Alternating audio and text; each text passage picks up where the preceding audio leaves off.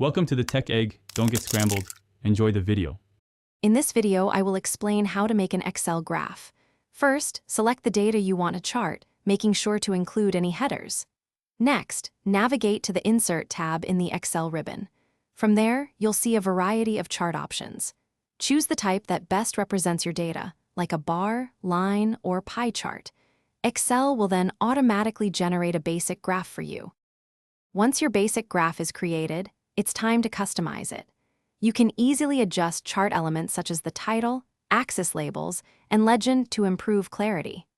Experiment with different colors, fonts, and styles to match your presentation's aesthetic. Don't forget you can also change the chart type or switch the data between rows and columns to explore different visual perspectives of your information. For more in-depth analysis, Excel offers advanced graph features. Consider adding trend lines to your charts to highlight data patterns and predict future trends. You can also incorporate error bars to visually represent the variability or uncertainty within your data points. Furthermore, using a secondary axis allows you to effectively compare two distinct data series with different scales on the same graph, providing richer insights.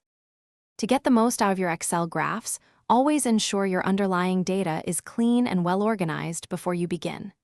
Experiment with various chart types to discover which one best communicates your specific message. Practice makes perfect, so don't hesitate to try different approaches. And for those who love to read, check out the description for a link to the new Kindle Paperwhite and other great deals. It's perfect for reading anywhere. Thanks for watching. Consider subscribing if I helped unscramble your problems.